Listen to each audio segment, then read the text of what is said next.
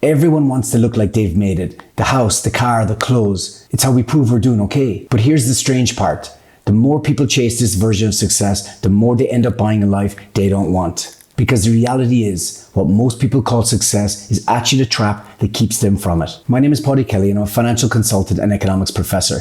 And for the past 20 years, I've been observing how people spend money. So in this video, I'm going to show you exactly how you end up buying a life that isn't yours, why you keep investing in it, and in the end, how it ends up costing you the life you actually want. Now, the first thing you need to understand about money is this, that you can either spend money signaling success or use it to become successful. But becoming successful is hard. Very few do it. And so in the end, most people choose the easy option. They choose to spend their money to signal success instead of experience it for themselves. They spend to prove something rather than to improve something. Think about it. The luxury car isn't just transportation. It's a statement. I've made it. Look at me. The house isn't just a place to live. It's a billboard. I'm successful. I belong here. When you buy to signal, you're buying attention and validation. You're buying a perception, not a reality. It's like putting on a costume. The clothes, the car, the house, they're not really you. They're props designed to make other people see you a certain way. You're playing a role, performing a story. Recently, I was talking to a friend of mine. He runs this property management business and he's doing very well now. He's got clients, healthy revenue, the whole thing. But he told me a story that really stuck with me. A couple of years ago, he decided to buy a sports car, bright, loud, the kind of thing that gets you noticed, right? But the crazy thing was that at the same time, he'd just had a baby. It made no sense logistically, right? It had no space for the car seat. It had no trunk space. And to be honest with you, it wasn't the most practical thing to be driving after like 4 hours sleep. But when he explained why he bought it, it made perfect sense emotionally. He said that in his 20s and a good chunk of his 30s, he couldn't afford anything that made him look successful. Through those years, he was grinding and living lean, just building his business. And he said basically it just sort of bothered him more than he cared to admit it. So now that he's finally successful, he wanted to go back and fix that part of his life. He wanted to make up for the years where he didn't get the chance to look like he was winning. The sports car wasn't really about driving it. It was about catching up to a version of himself he felt he missed. The punchline here is that he just kept the car for 3 months. It wasn't practical, so he sold it.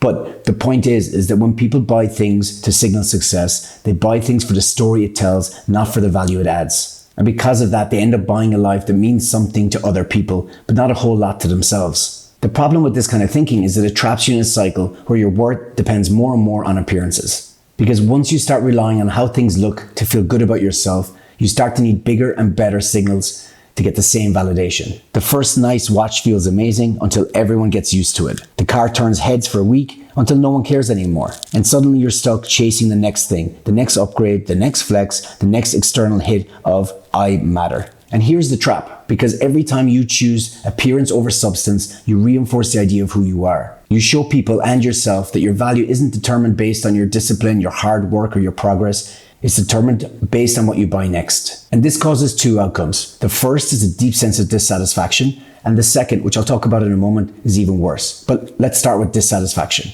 When your possessions become benchmarks, you feel deeply dissatisfied because now everything you buy stops being something to enjoy and starts becoming something to measure. Your lifestyle becomes a scoreboard, not a life. And when this happens, you're guaranteed one thing: you'll always come up short. There will always be someone with more, always someone ahead of you, always a new standard you didn't know you were supposed to meet until you saw someone else living it. So instead of feeling grateful, you feel behind. Instead of satisfaction, you feel pressure. You end up focusing on all the things you don't have rather than the things that you do. That's why it creates such a deep dissatisfaction, because you've tied your self-worth to a moving target that just keeps moving. It's sort of like running on a treadmill that just keeps speeding up. At first you can keep pace, but then when you catch up, it just speeds up again. You're not really running towards something, you're running against something that's designed to stay ahead of you. That's what happens when possessions become benchmarks. You stop living and start chasing, and the chase never ends. You continue to invest good money after bad into a life that ultimately is unfulfilling and disappointing. Now, the second thing that happens is that every dollar you spend to signal success is a dollar you can no longer spend on becoming successful. That's the trade-off. It's money that isn't building skills, stability, or momentum, or really anything at all that lasts. It's like pouring all your resources into the packaging and not the product. The outside looks impressive, but underneath there's not a whole lot of value. I get it that in the moment signaling, gives you a hit of pride and validation, but none of that moves you forward. None of that compounds. None of that helps you build what's required for real success. So while it feels like you're winning, you're really just spinning your wheels. In my work, I constantly meet people who don't understand this trade-off. People understand costs, the price of this versus the price of that, the price of A versus the price of B. but they don't understand opportunity costs. Because I've bought this, I can no longer buy that. Because I've bought A, I've lost the value of B. They can see the opportunity in front of them, but they miss the hidden opportunity in the choice they didn't take. The road untraveled. Think of it like this. Let's say you at work, you have this project to complete.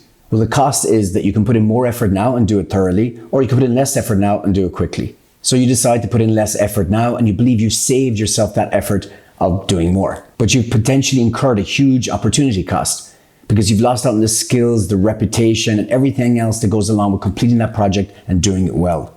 Something that lasts, something that compounds. Trade-offs like this aren't immediately visible, and that's why people ignore them. But they compound over time, and they drive a huge gap between the life that you have and the life that you want.